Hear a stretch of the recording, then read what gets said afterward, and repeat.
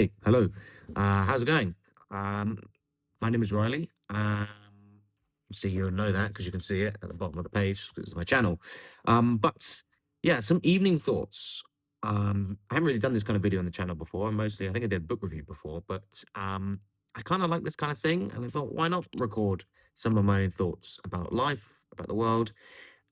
Disclaimer: a lot of this is regurgitated wisdom that I pick up from other people, books, podcasts, whatever. So I can't claim any of this to be original thought, and probably even the things that I might think is original thought probably isn't. It's probably just I've forgotten where I heard it from.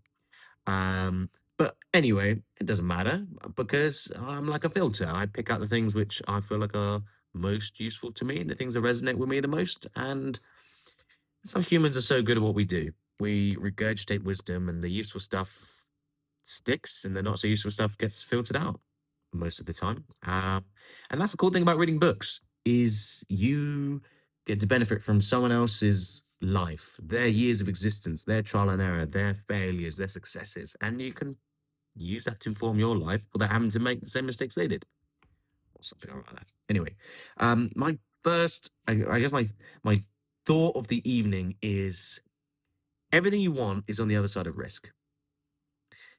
Literally everything. Now, I say that as someone who hasn't taken huge risks. I live a pretty normal life, but I think it even applies on a small scale. Is every choice you make is a choice. Oh, big surprise. Um, but I think anyone who overthinks like I do can maybe relate to this. Sometimes you avoid making a choice. You will sit on something and sit on it and really ruminate. And actually, it's easy to forget that not making a choice is a choice within itself, with its own risks. So, what I have been trying to apply in my life is when I'm thinking about something and I make a decision, I kind of look at the risks, and the pros, cons, it in a way, I suppose, and just think, well, okay, you've got to pick your risks. You pick your wins. What's the potential upside? Okay, well, I think it's a good strategy to pick the things with the biggest potential upside. But if you're fearful and you're scared, you just think, well, like you have to pick your risks. And it was like I had this thing with relationships and friendships and stuff. It's kind of hard to put yourself out there, especially as an adult, to meet new people and make new friends. It doesn't happen as naturally as it does when you're younger. Like you're at school, you just get sat next to someone. It does require a little bit of effort, and there is a bit of fear in that you might get rejected by someone that you like, or people find you a bit weird.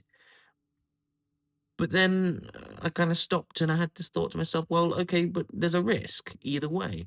You either don't do anything and you pick your risk of that you don't make any friends, you don't meet anyone, you're alone, and that comes with its own risks and bad outcomes, or you pick the risks of the outcome that you actually want. And, you know, you cannot live a life without consequences. You cannot live a life without consequences. Whatever you decide to do, there will be consequences, there will be downsides, there will be upsides. But the beauty is that you get to pick your problems. You get to choose what problems you're going to have to a certain extent. Obviously, take everything with a pinch of salt. Some things are unexpected, but you have an element of control over more than you think. I remember a period of my life not that long ago where I felt incredibly stuck in my life. I didn't feel like I had options. I couldn't see a way forward out of the way that I was already going. And then now I'm in a much better spot, a much better position in my life. And I look and I see so many opportunities. And I also see so many like tools available to me to change my life. And I sit there and think, wow, there's so much I can do. There's so many different directions you can go in. And I realized, I looked back and I thought, okay, maybe I didn't have quite as many options available back then, but I still had the tools. I could still escape.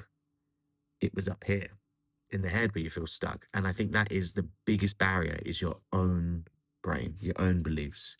There are people who succeed fantastically not through excellence, but almost just because they managed to eliminate their limiting beliefs. I do believe that. I think there are people who are not that special who are successful because they just do. And I want to be one of those people. I'm not anything special. I'm a normal dude. But I have up here that, no, you can't do that because XYZ. No, not Z as well, Z. XYZ. No, that's rubbish. Why? Why not? Why can't I? And it's obviously a good thing, and it's very inspiring. And it's just look, a personal mantra that maybe is worth incorporating is just, I do it anyways, despite whatever. I'm going to do it anyways. Um, so I guess that's my parting wisdom. That's not really my wisdom for myself and for other people. Is why can't you get the things that you want from life? Why can't you? I know that's an easy catch-all bit of wisdom to apply because, of course, there are people who will have genuine things that they can't escape. But I think a lot of us, it's not the case of that. I think there's a lot of us where it's up here where the battle is being fought. Or maybe it is an external thing, but it's the courage within here to change that. And that's very easy for me to say in the position that I'm in, not knowing about other people's lives and what they're going through, but to take it all with a pinch of salt. But why not you? Why not you? Because there are people out there who are like you and they're successful. A very good thing. And I can remember I heard this was on Modern Wisdom podcast. And I think it was a recent episode with Alain de Botton from the School of Life. And one of them says, your heroes, they shit. Your heroes shit too. You know, they wipe on the toilet the same as you do. And it's so true. They are just people, and they are people who are going to spend X amount of years of their life on the toilet as well. And they have to sleep the same as you. And they have to eat the same as you. They don't eat like a hero eats. They just eat. You know, they're just people who have just done what needs to be done. And we do what we feel like we should do. Well, your brain, don't let it sell you for less than your worth. Because you got something to you. Everyone has something to you. So this is my slightly incoherent waffle of the evening, but I do enjoy this kind of thing, and I think it's a nice experiment just to see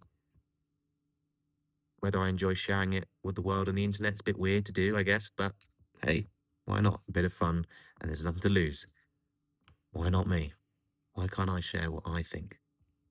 Or what I recycle from what other people think and I listen to and I enjoy. But hey ho, that's the internet. Anyway, have a good evening, have a good morning, have a good day, wherever you are, if you're watching this. Peace.